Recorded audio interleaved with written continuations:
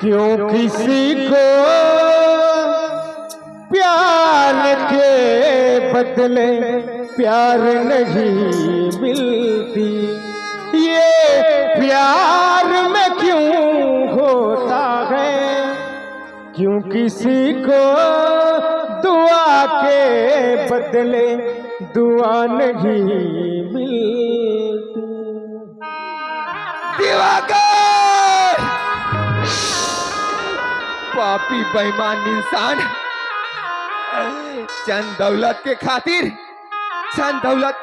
आज पूजा के बाबूजी के जान ले ले। आज घर में मोर आरती कदम रखे है। अब आज से धर्म पत्नी के जान ले ले। का गुनाह करी से मोर धर्म पत्नी? अरे पापी बेईमान इंसान, तोर जैसे इंसान ला तो चुल्लू भर पानी में डूब के मर